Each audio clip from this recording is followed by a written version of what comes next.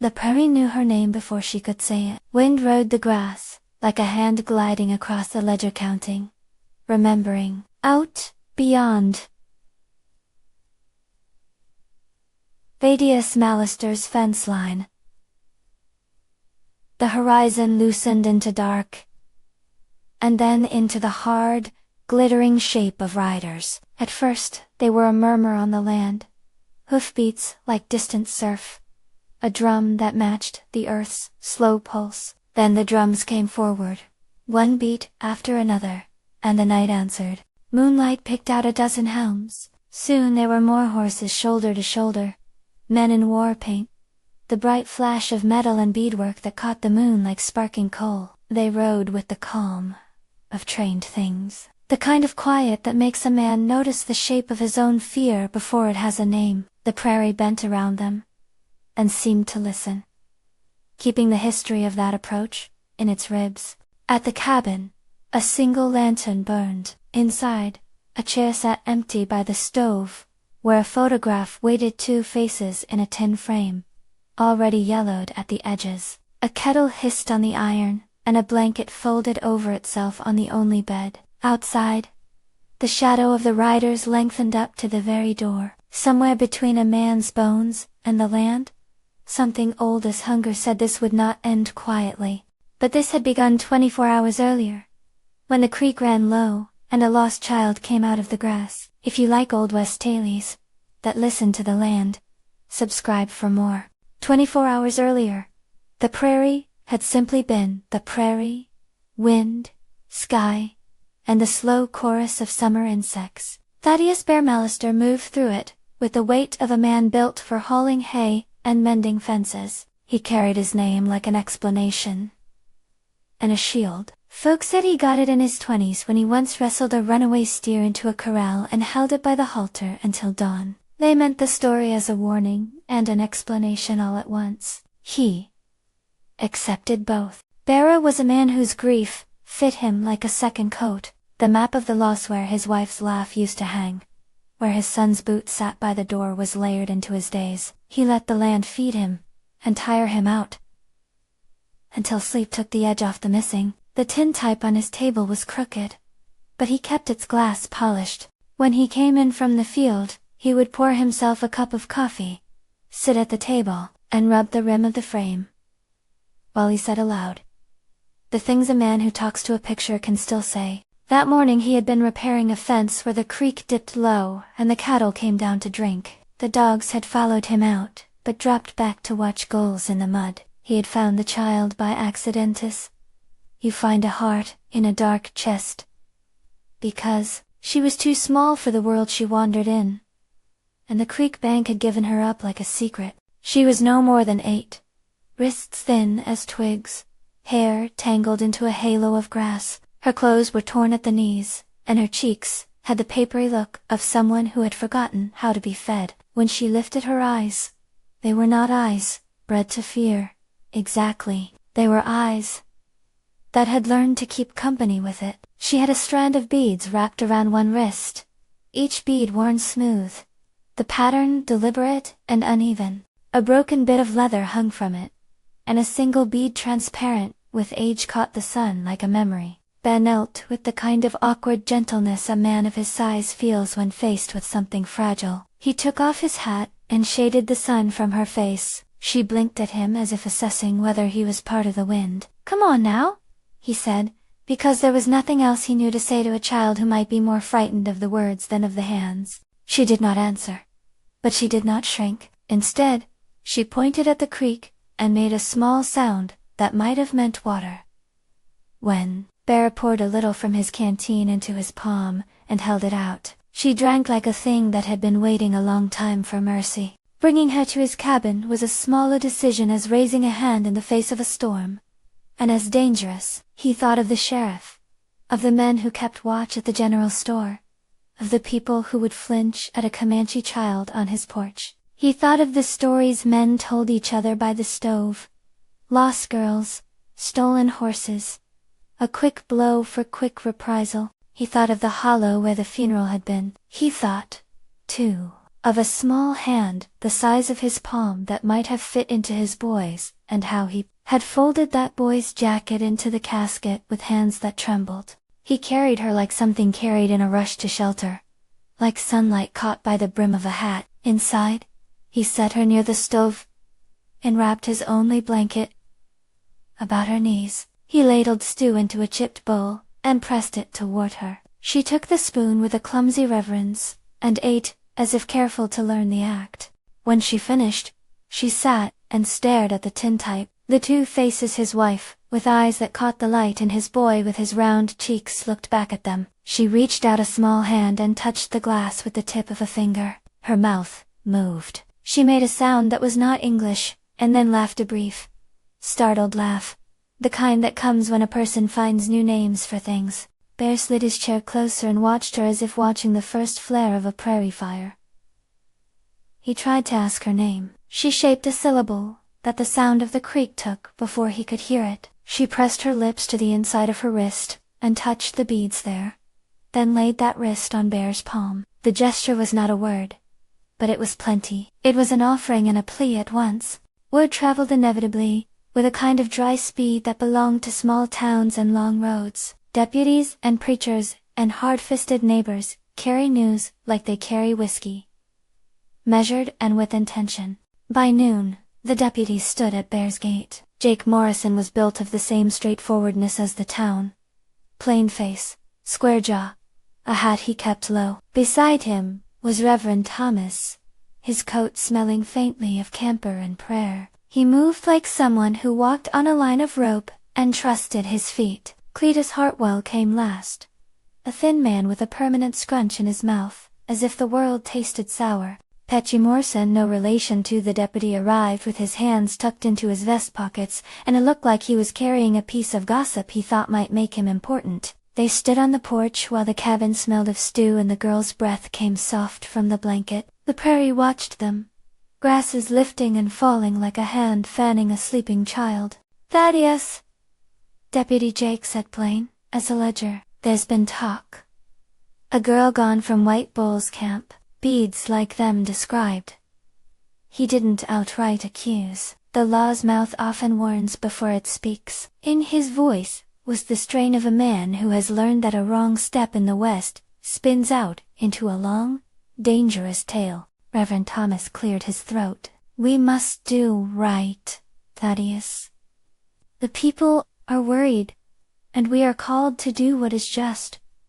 His eyes rested on the photograph on the table, softer than his words.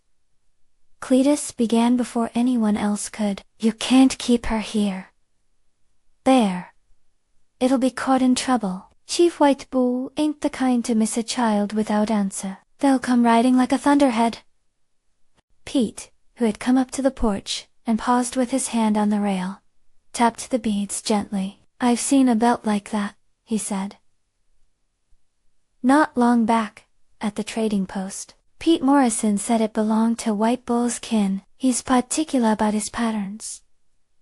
The deputy's jaw tightened. "If that's true, this is delicate." The law. Cletus barked. "Since when does the law decide things when a man's yard is trampled?" Bear listened to their small voices. In the space where the words didn't reach, his own thoughts made their slow, stubborn music.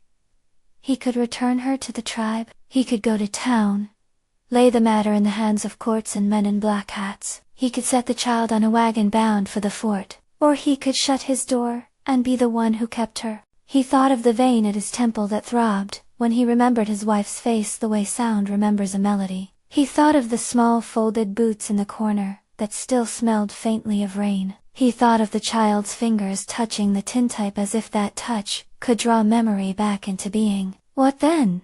Deputy Jake asked. "If White Bull comes, and he says, 'I found her,'" Bear said, and the sentence was as simple as the bridge of a fence. "She was by the creek. I brought her inside. She's hungry. She isn't harmed anyone." Reverend Thomas looked like he wanted to say more words about hospitality and God's provision, but men here measured moral truths against the law of survival. Cletus spat on the dirt, impatient with such niceties. Pete rubbed his chin. If he comes, Pete said slowly, there'll be trouble if he thinks she's been taken. Bear met them evenly. I won't hand a child over without talk. Maybe she ran. Maybe she was lost. I won't send her into the road alone. Not this one. The men argued then, in small rounds about possibility, about consequence, about how justice might be administered if understanding failed. Those debates are their own kind of prayer in frontier towns. Clumsy, earnest, and always circling a hard center. At moments, Reverend Thomas's voice rose to soft entreaty. At others, Cletus's grew sharp as a knife. Deputy Jake tried to keep a balance, but his eyes kept drifting toward the horizon, where the prairie lay open and unblinking. The girl listened. She ate another bowl of stew, and then asked for more with a small gesture, pointing at the pot. She did not understand the words chief or court or a white man. She understood hunger, and the warmth of the blanket, and the sound of a man's voice that had a gentleness that wasn't designed to win friends, but that had become gentler, because some things had been taken from him. She played with the beads a little when nobody was looking, thumbed the wornness of them as if remembering how they were made to be worn. Those beads, the ones Pete mentioned, seemed to carry a kind of permission. Pattern and color are worked like language into those small circles, a code the Prairie could read as easily as it read weather. That evening, as light slid from the room and the kettle hissed, Bear found himself telling her the story of the song his wife used to hum. He did not expect lightning to strike. He expected only the ordinary miracle of shared sound. She hummed back in her own way, a thin line of melody that was not the same but fit in the hollowed place of his grief, like a small, awkward plug. He realized, with an ache he couldn't name, that the child's voice had the same stubborn roundness as his son's. When the boy had been small, that was the ember that lit the rest. Mercy moved by memory. The afternoon bruised toward evening, and the men returned to town. They promised to keep ears open. They promised to bring counsel in the morning. They all, in their way, meant to do what society calls the safe thing, though none could agree on what safety looked like. Bear slept fitfully. That night, the child slept curled under his blanket, chest lifting and falling like someone who had been given hold of a rope and was learning to climb. Bear rose once, and went to the kitchen to refill the kettle. He looked at the photograph in the dim light, and made a half-formed prayer that had nothing of the preacher in it, and everything of a man who was still learning to live. At some point the prairie itself shifted. The wind turned, carrying toward him a sound that was at once human and wild. Drums, low and steady, the kind that dictate the pace of things larger than a man's small decisions. Bear heard it like a bell toll in a cathedral of grass. He stepped outside, and the horizon hummed with riders, a line that folded and unfolded, like a living seam running along the earth. They arrived by dusk, and with them came the look the land reserves for people who have known each other for a long time, and have not always been kind. Their leader was a man whose shoulders were made straight by a lifetime of carrying other people's weight. Chief White Bull rode at their head, his face a map of decisions. He wore no gear. His presence had the authority of a man who had been named and known by his people. Around his neck hung pieces of bead and silver, each piece kept with the patience of someone who places value in memory and continuity. Broken Arrow rode among them, young, taut, eyes like flint. He sat on his horse the way a man sits on a coiled spring, ready to let loose. His jaw was set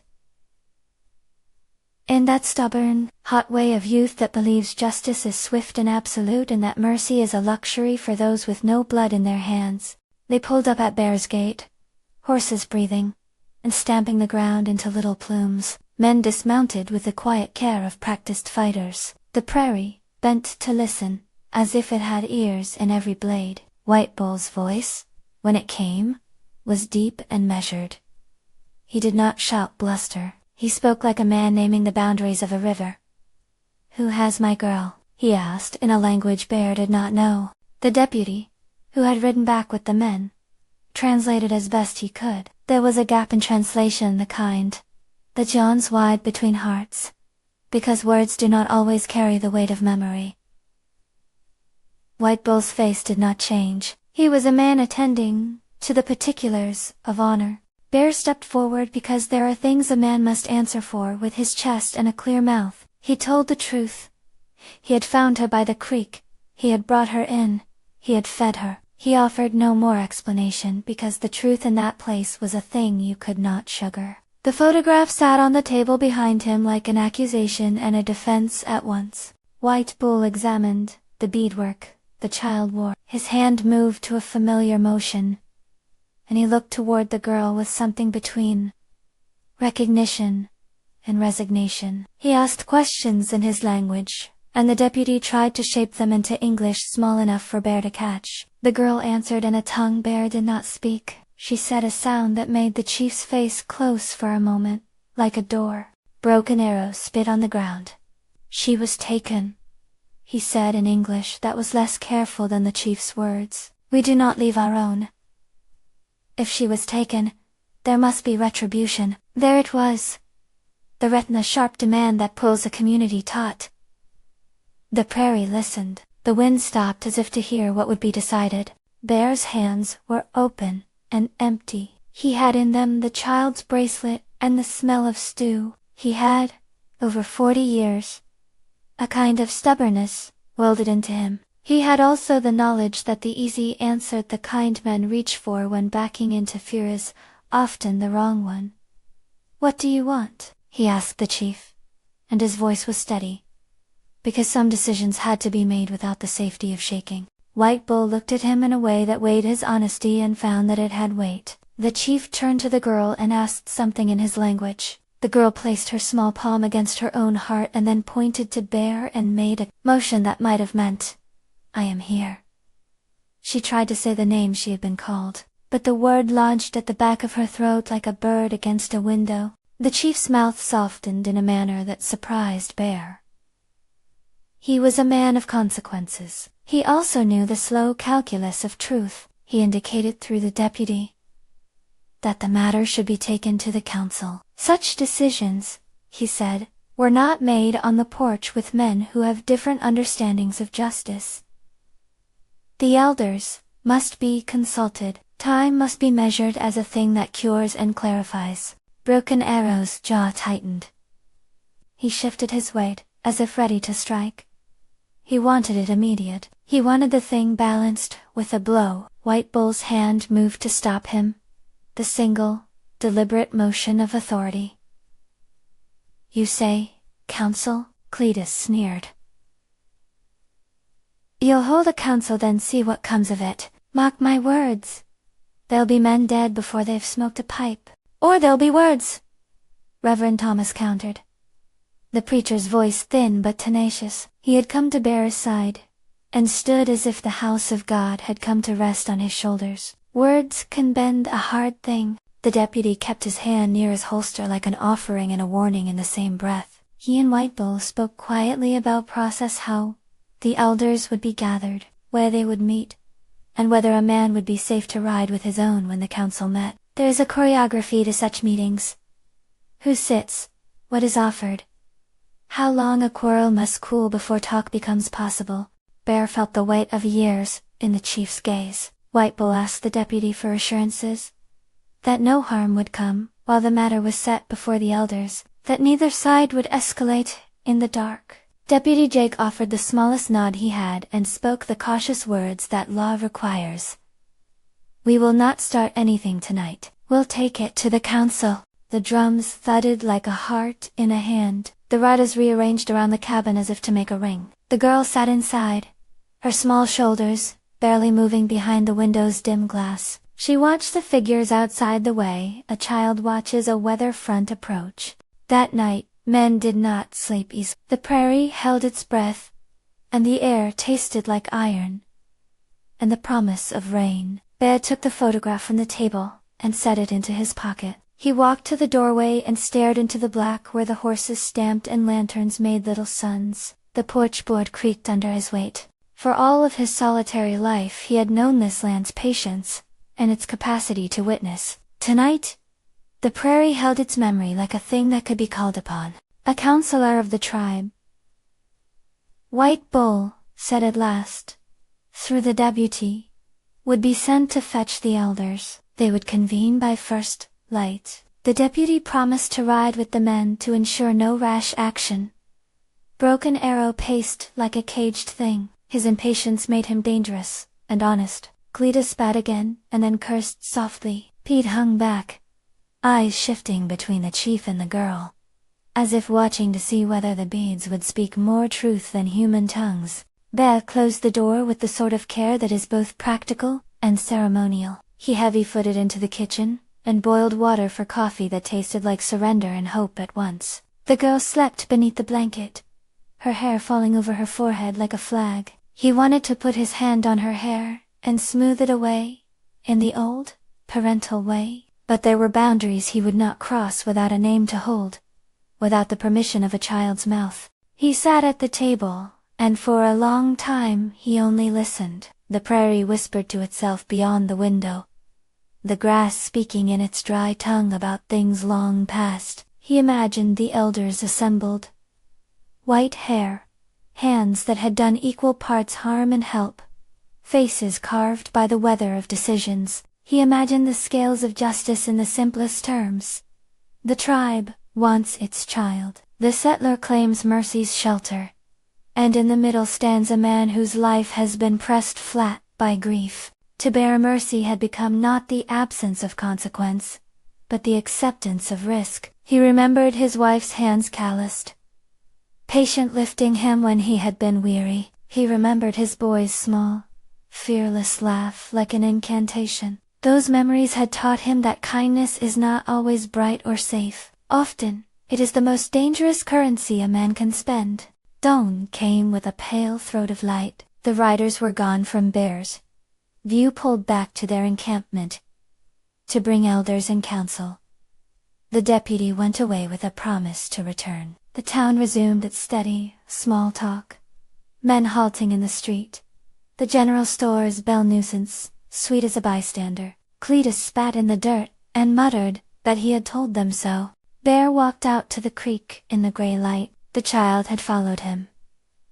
Barefoot and watchful, she touched the water, and watched pebbles tremble. She caught a frog, the way a watcher of things waits for a correct shape, and then lets it go. In her silence she moved like a person practicing a language she had almost forgotten. "Do you have a name?" Bear asked. Because a man can stand in a creek, and ask the world to give him back something he has lost, by claiming a name for a child. She held up 3 fingers. And then 2. She made a sound that might have been a name, or might have been an old place, or might have been a hope. She made the sign of a hand to her chin, and then to Bear's chest.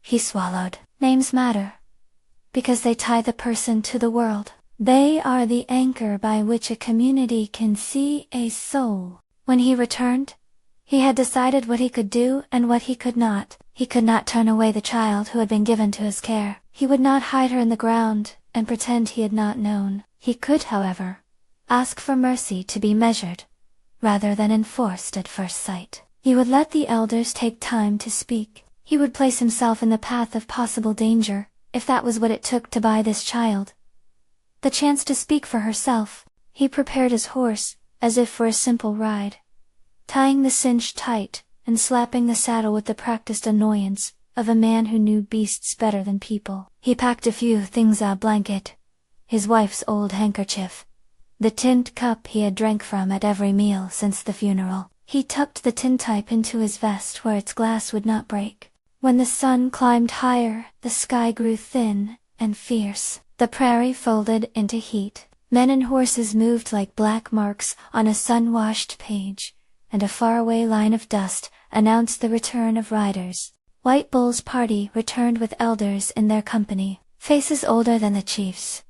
Each man, a ledger of memory and responsibility. They dismounted with the slow precision of those who have held far more volatile meetings than this one. Their leader's eyes, when they passed Bear, were like a weighing instrument. Not cruel, not indulgent, simply accurate. There was a quiet conversation between White Bull and the deputy, words traded in a language both men understood. The diplomacy of restraint. Then the chief turned and indicated that the council would meet at the camp, that customs prescribed a place for talk, and that Bear was to accompany them. Bear looked at the girl, who sat on the porch, watching with a composure that belied her years. He took her hand, small and cool, in his. She gave back a small squeeze that said, "Both thank you, and prepare yourself." He had been given one more role. Not only a man who could take care of land and livestock, but a participant in something far older, the making of peace between people with different memories. They mounted and rode, not as conquerors but as negotiators. The prairie unfolded around them like a history book, pages turning. The sky streaked, and the sun hung low in the west. The land, as it had from the beginning, kept the story. Names spoken by the wind.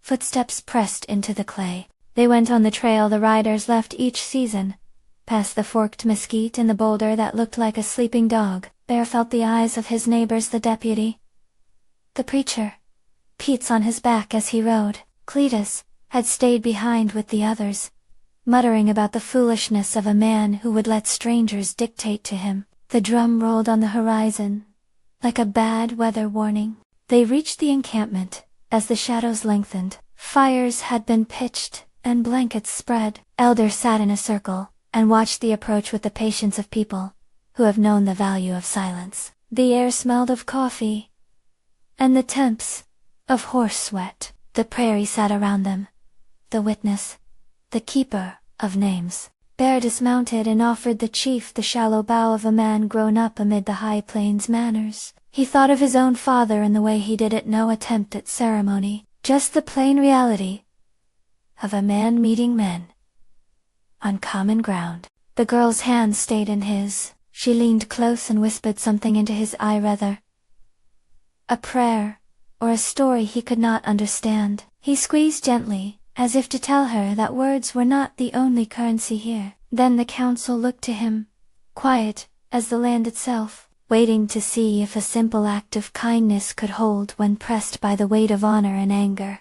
Before the elders could speak, Broken Arrow slapped the palm of his hand against his thigh and stood, his desire for a clean, hard answer hammering in his stance. He cut free the warm, dangerous edge of youth that wants the ledger balanced in blood. "What will you do?" he asked Bear loudly enough that the circle felt it. "Will you hand her over? Will you give us our rights?" Bear met him not with words, but with the kind of steady gaze that has taken responsibility as its own answer. He felt the history of his own people, the long line of those who crossed prairies and drew fences pressing against him. He also felt something larger, that a child should not be a bargaining chip in a ledger where men traded off lives. White Bull put a hand on Broken Arrow's arm. The chief's gesture said what his voice had not yet. Patience is not weakness, it is a strategy. The elders listened as the girl was asked questions in their language, and when the deputy repeated them in English, the answers came like stones dropped into a deep pool, ripples at once delicate and decisive. The girl spoke of being lost, of following a river of dust, of a campfire she had not meant to leave. She talked of a night when wolves had howled and she had run until her feet blistered. She talked about the beads, and how they had been given to her when she was younger, how they had been sewn on a belt by hands that smelled of smoke. The elders' faces changed subtle folds, rearranged. Names from their own histories, small references to kin and place, were drawn out and tucked into the conversation. The council was not interested solely in the present. It held a memory bank that encompassed slights and generosity in equal measure. They asked for promises. They listened for a man's honesty. Bear spoke plainly about finding her by the creek, and not wanting to turn a hungry child back into a violent wind. He offered what he could. Shelter for the night, and his own promise that he would not hide her. He would accompany the council to make his case before the elders, that mercy might be measured not as negligence, but as a brave act. The priest nodded in his seat, and even Cletus, who had followed like a man drawn by the possibility of witness, hushed his complaints. Broken Arrow, still taut, paced at the edge of the firelight. White Bull's eyes rested on Bear, as if reading the steadiness of a man's spine. Then White Bull asked the elders for a delay, a time to convene, to call other voices, to let the heat cool. The elders agreed that justice demanded deliberation, not a single strike in the dark. For the moment, they declared a temporary truce. No blood should be shed while the council set the terms of discussion. Bear rode back toward his cabin that night, escorted by 2 of White Bull's men, silent riders, who watched the prairie, as if it kept a ledger of every step. The girl's hand fit into his as if she had found the edge of something she was allowed to touch. The land around them remembered the way they rode. It kept the memory like rings in a tree. They reached the gate as the moon rose, fat as an old coin.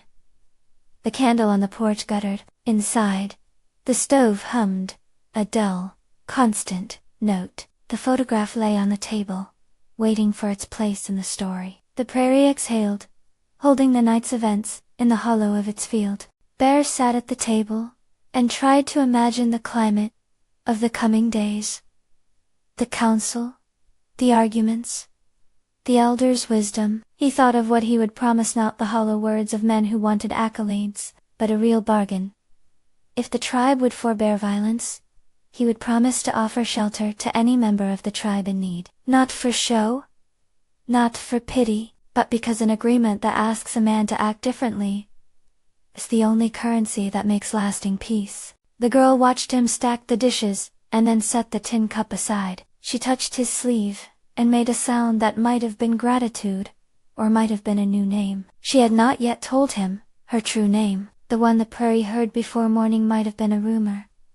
The grass kept. The prairie had a way of knowing things before the mouth could make them formal.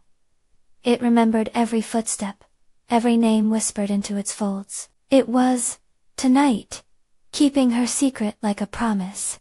They did not sleep well. Beyond the porch, the horses pawed, the night alive with the small noises of animals and men. Bear woke before the light, and found the girl watching the door. She moved with a quietness that had the practiced stillness of someone who had lived through too much and learned to make small motions mean a lot. "You're brave," he told her, which was the nearest praise he had at hand. She tilted her head in a motion that seemed to mean she understood bravery differently. In her face there was no show of heroism, only the simple thing of surviving day to day. Outside, the prairie collected itself, and watched. It would remember not only the girl's name, whether spoken aloud or not, but the way the land had bent around that night, how mercy had taken a man and placed him in a path to choose between safety and the small, dangerous goodness of protecting a child. The prairie keeps such things like fossils quiet, unshowy, and stubborn. They rode again before midday to the council site, where the elders had gathered in the shade of a cottonwood. The circle formed slowly. A ring of life lived on the land. Men who had seen more seasons than Bear could count sat with faces that had the quiet of people who know the cost of a wrong reckoning. White Bull offered the short account of how Bear had found the child. The deputy translated. The girl sat between Bear and the chief as if poised to answer the world. Broken Arrow rose, and spoke for those who wanted quick justice. "If she was taken," he said, each word a pebble, laid with intention, "then blood must answer blood. That is, the law of kin." An elder named Old for Oakso called for the tree that shaded the place where he sat as a boy raised a hand. His voice was softer and rougher together, the voice of someone for whom storms had taught patience. "We are a people of measure," he said. "We are not the first to sit in this place and ask what justice is. If she was lost, that is not retribution's work. If she was taken, then there is another work for us to do. We will ask." They asked questions. They asked the girl where she had come from, what she had seen? They asked Bear what he had seen. The girl's answers came in a language the elders understood. The deputy and Bear understood only the shape and intention of them. White Bull, who had once been in the field where such questions carry a kind of blood, leaned forward to listen with the patience of a man who knows that a decision is only as good as the time taken to make it. Bear offered himself in a way that surprised him. He promised that he would be bound to the bargain, that he would open his door to any member of the tribe in need, should the elders require it as part of the covenant. He offered no pomp, only his small honesty. The elders spoke then in turned voices that moved like the weather warm, cool, then warmed again. They weighed Bear's character, the girl's story, the evidence of the beads. They considered the boy's empty boots, the photograph on the table, and the way a man had come to life again when he heard the small human sound of hunger being fed. Their deliberations were slow, but not indecisive. They had seen more than the eye counted. Men who swore quickly and paid dearly. Men who kept their words and earned the quiet of their tribe. At last, Old Fir Oaks rose, and declared what he thought the council should hold. He did not deliver a neat verdict, like a town judge might. For justice here was not a gavel. He proposed a test of character. That Bear be judged not by rumor alone, but by a trial of promise. If Bear would commit publicly, openly to show kindness to the tribe in ways the elders would define, then the tribe would reciprocate with protection. No violent reprisal would be launched against his homestead, and the girl would remain under their mutual care, while her true history was ascertained. Broken Arrow bristled like a dog, whose owner had called it back from the scent. That is soft, he spat. We will not be made into charity. White Bull placed his hand on the young warrior's shoulder. Charity is what we give. Justice is what we are owed, he said. We are men, who can choose both. Bear felt the room tilt with possibility. Outside, the prairie tilted toward a different kind of balance, and the prairie seemed to lean in with a teach blade, a small witness to the choice being made. Old Fir Oaks drew breath, and let the sound carry like the settling of a gate. He did not give a ruling in the bluntness of a man handing down a sentence. He offered terms as one might offer a hand across a creek. Steady, tested, and with the knowledge that someone must hold on. We will not take life for a child's mistake without hearing all the voices, he said, his voice rough as bark. We will not let the land hold a grudge for us. Thaddeus Malister has spoken. He has carried truth to us. If he will bind himself openly to the care of our people when needed, then we will bind our strength to his homestead. We will ask no blood, while we seek the girl's name and kin. We will set a sign that this place is neutral.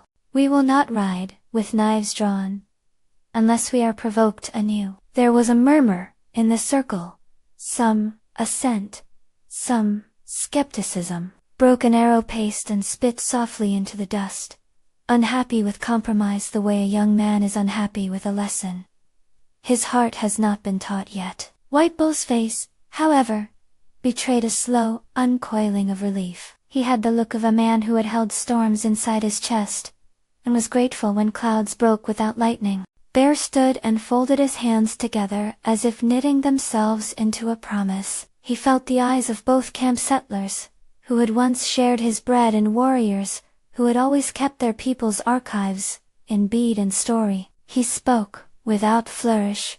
I promise, he said. If the elders ask that, I open my door to any in need. If they ask for shelter or a hand, then I will do it, not because I seek favor, but because I have seen hunger, and it sits well with what I can pay. I will not hide this child or put her in a road. I will speak the truth before you. Take my word as you will measure it, in the years. The elders conferred briefly, fingers tapping like rain on a tin roof. Then Old Fir Oaks nodded, and declared the terms plain. Bear would be given safe conduct. No member of the tribe would raise a hand against his cabin, while the matter was examined. The child would remain in his care, until such time as kin could be found, but the tribe reserved the right to reclaim her, should evidence show she had been taken. In return, Bear would be open, publicly, and without evasion, to offering shelter to any tribal member in need thereafter. The neutral ground bear's porch, and the strip of prairie, between it and the nearest cottonwood would be respected by both parties.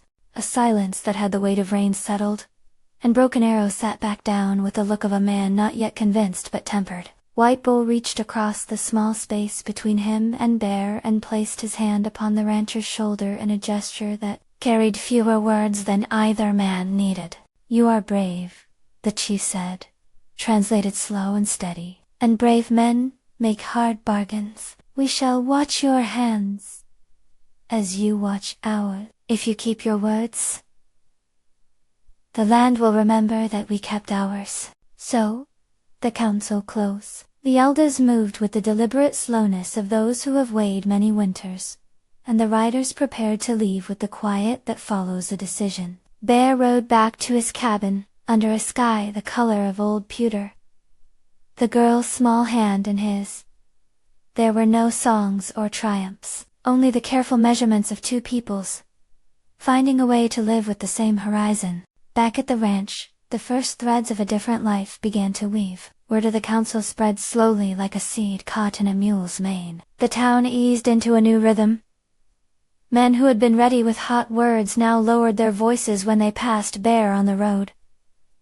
Some muttered that he had been too soft, others watched him as if a quiet miracle had taken root, and they were waiting to see if it held. The girl became first a guest and then, in small ways, a neighbor. Children in the town edged closer with curiosity rather than fear. She watched them watch her, and little by little the space between them shrank into ordinary play. Bear taught her the names of his cows, and where to mend a fence. In return, she taught him to notice the angle of clouds and the small signs that meant the horse was sulking.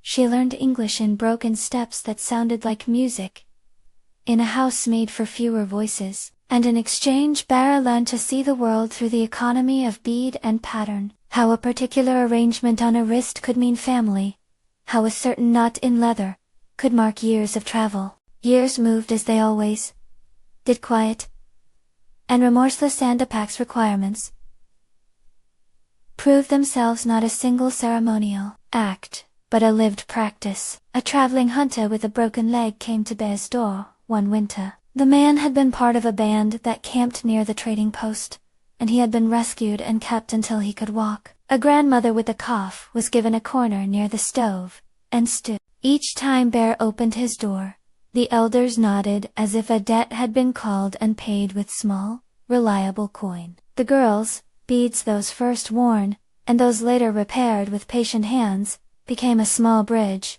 People who once saw them and turned away began to look and ask. She grew into a woman whose silence was never empty, and whose talk could both steady and disarm. When she walked into the trading post, or between camps, men and women glanced and remembered the evening of muffled drums and the choice for mercy. The girl no longer, simply a child, learned both names for herself. In the settlers' tongues she accepted a name Bear gave her for ease, a small English name that fit the shapes of their mouths. In the language of her birth she reclaimed another, and both were spoken in the spaces where she worked. Just as the prairie holds two kinds of weather at once, time, which had once hollowed Bear out, softened him in ways he had not expected. The photograph on the table yellowed further and its glass scuffed, but he kept it wrapped in his vest on nights when the sky pinched cold. He mended fences with more care, and listened to the town with the patience of someone who had been required to learn its vernacular of fear. Sometimes he would take the woman, now taller, braids softened by years, out to the creek where she had first been found, and they would sit in the long grass, listening to the river edge the way a person listens to an old acquaintance. The tribespeople watched what they called the opening of the gate with guarded esteem. In seasons of drought, they left water pails by his fence. In seasons when wolves took more than usual, they offered to help mend pens. In return, settlers brought staples and cloth, rather than the kind of trade that had, in other times, only widened the gulf between them. Slowly, and with stumbles, a pattern of mutual assistance took root. The neutral ground between cabin and cottonwood became a place where disputes were sometimes walked into and settled with less heat than used to be the custom. Children of both peoples chased each other across that strip of prairie and learned, in small ways, that the world held more than a single story. The woman grew into a translator of more than words. She became a person who could translate fear into curiosity, suspicion into conversation. When messengers arrived, with small grievances on insult at the trading post, a stray horse mistaken for theft, she sat and spoke and urged men to listen beyond their first responses. Her hands learned how to sew with both the quick, efficient stitches of settler craft and the patient loops of beadwork. And she passed that knowledge along. She took part in councils sometimes, using her two tongues to hold a space where misunderstanding had formerly lived. Years later, when Bear's hair grayed like the underside of a cloud, the advantages of the arrangement multiplied into a quiet legacy. The annual remembrance began as a small arrangement, White Bull's people and Bear's neighbors meeting at the edge of the neutral ground to renew a promise. They exchanged a strip of cloth, a length of bead, and they ate together from a pot shared across both sides of a common fire. The ceremony was not grand in outward show, it was exacting in habit. People came because it became what people did. They did not call it a treaty, they called it practice. In remembering names and keeping promises, Bear grew old on his land. He mended, he fed, he listened, he kept his word.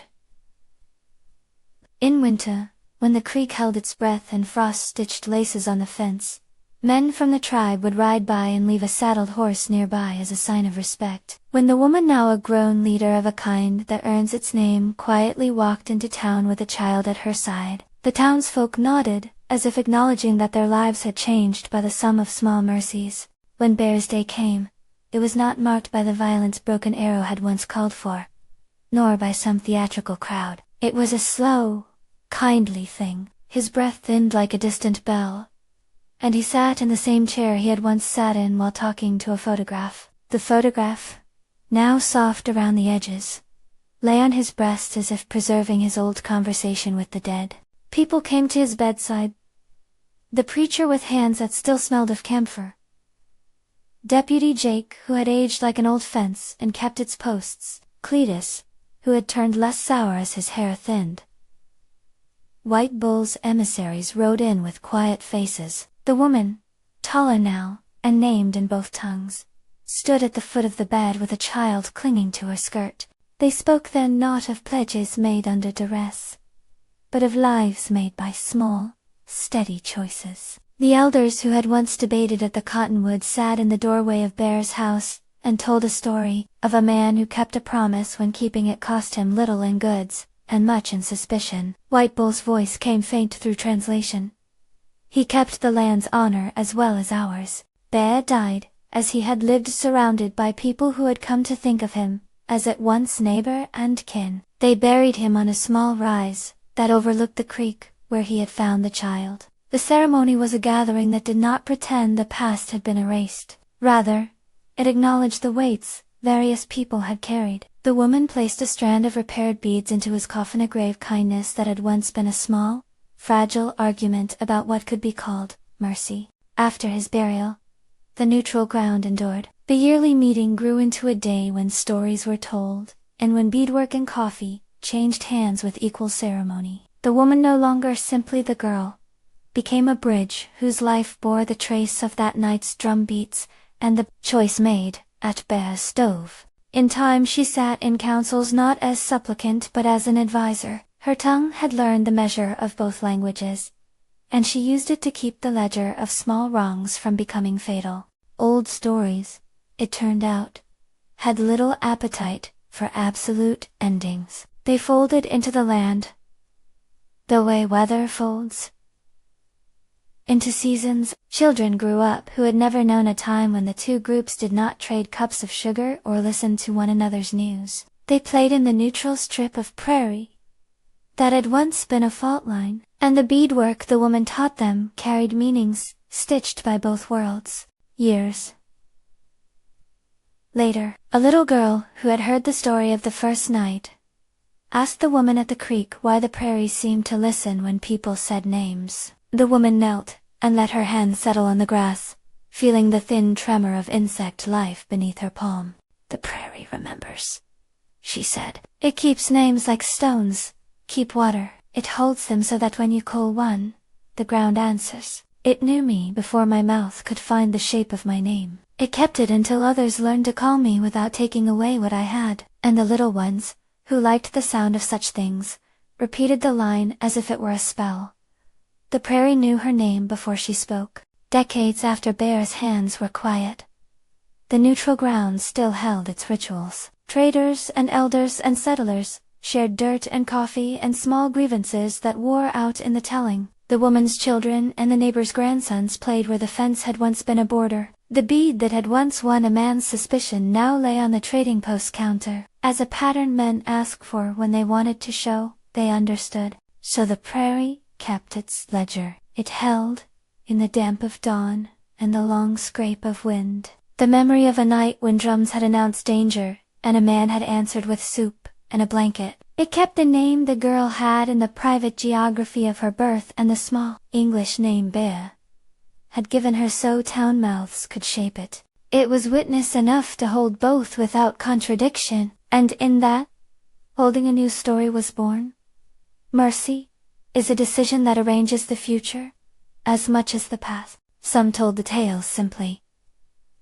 A rancher took in a child, and men talked around a fire. Others told it with more heat, making heroes and martyrs of men to suit the moral they preferred. But those who had been there, who had sat under the cottonwood and watched the elders count the cost of words, knew the truth of the thing was quieter. It was not a legend about a perfect man or a flawless tribe, but an account of ordinary lives making an extraordinary choice.